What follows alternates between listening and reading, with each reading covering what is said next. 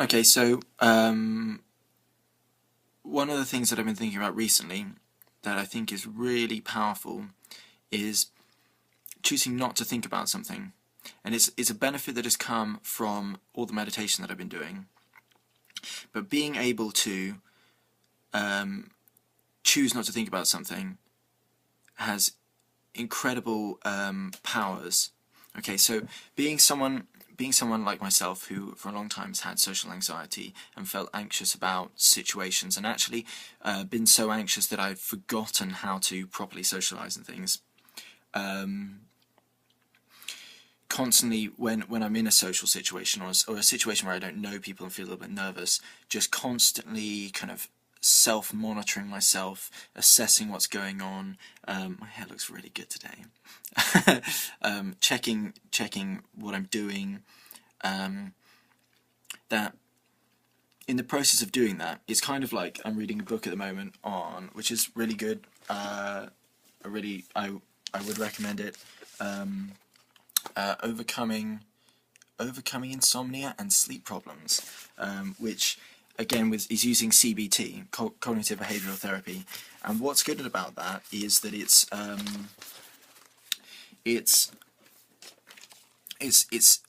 you can overcome a lot of the problems in your life and a lot of the things that hold you back and the things that you think are immovable and really difficult by just thinking about them differently and approaching them in a different way. So, say with the sleep, one of the things it recommends is so you have to write down. This is just the cognitive behavior therapy is all about writing down the things that the thoughts that you have about something that you're having trouble with, and doing a kind of assessment. So there's you'll have like a little box. Say they have like lots of like kind of tables. Say a table like that, like a table, and in the table you'll have you write down your thought, and then you write down, something else about it, perhaps a more balanced opinion, and then as you go through the table, you're slowly coming to a more balanced and sensible point of view. So, if say I'm about to get into bed and I'm feeling really really tired, but I kind of think I'm not going to be able to get to sleep. Coming to, if you initially think I'm not going to be able to get to sleep, then you get anxious about it, stressed, and you won't be able to get, and you're much less likely to be able to get to sleep if you're stressed and anxious about it. So actually just having that thought, I won't be able to get to sleep, actually, is a massive hindrance to you getting to sleep. So it's about consistently changing your thoughts, and when you recognize that a thought isn't real, and that just because you have a thought doesn't mean that it has any kind of real permanence or in your life, that is kind of one of the most important things that meditation teaches you, that just because you've thought something doesn't mean that it has any kind of real that it is tangible. Just because, say, it's something that happens all the time, that happens in meditation is that you or no, just in the way that the human brain works, is that you're constantly thinking slightly critical, judgmental things about other people and yourself. And one of the things I find is that, just because I've thought something negative about someone or myself doesn't mean that it actually is real. It's just a thought. And it's about balancing those thoughts, because obviously there's some sort of basis for it. Otherwise, you wouldn't be having that thought. But that it's about balancing it out to get to a more true, a more real place in your thinking, and having balanced opinions. So it's something that Tony Robbins talks about, where you have internal conflicts. Like, say, for example, with me and the guitar, sometimes I want to I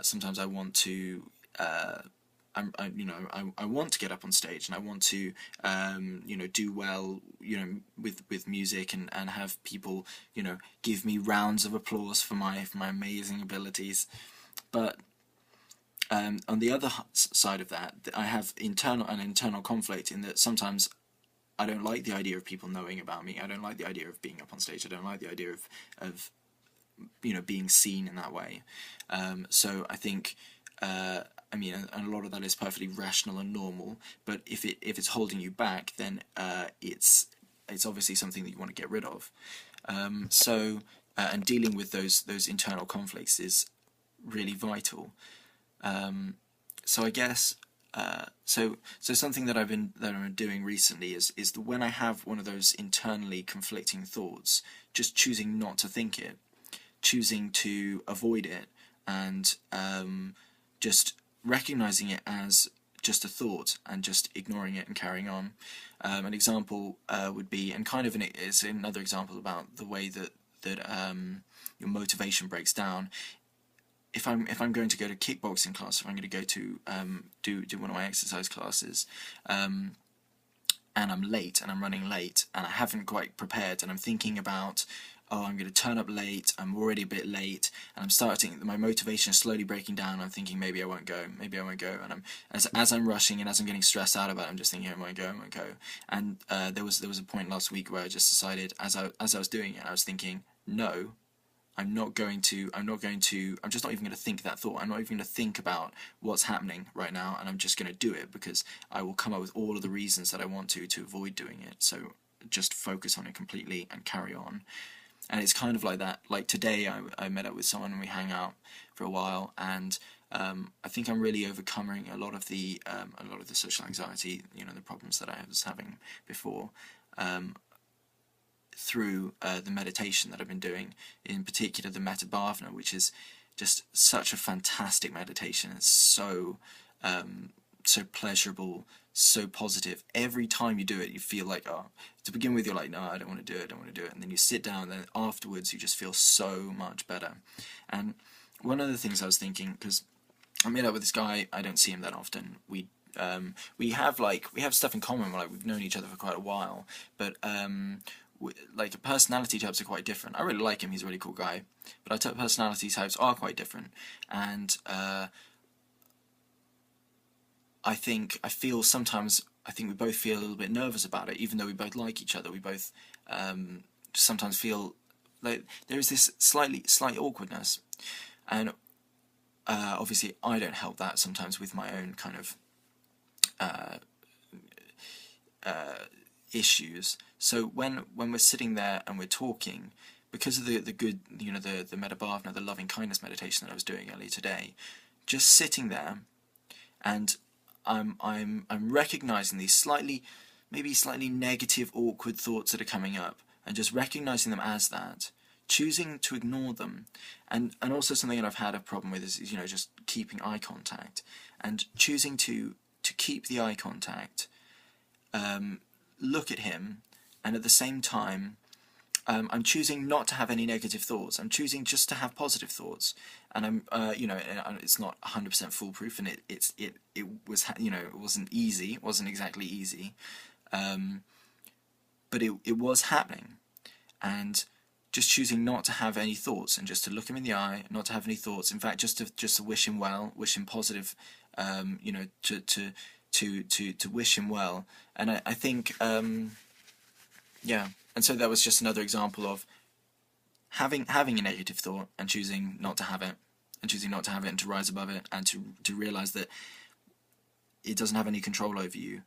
That and that was something that when that really controlled my life for a long time. The idea that thoughts affected me and made me do something, and I really did feel I had no control over it, because I was kind of, as Eckhart Tolle talks about, completely unconscious to the fact that you could just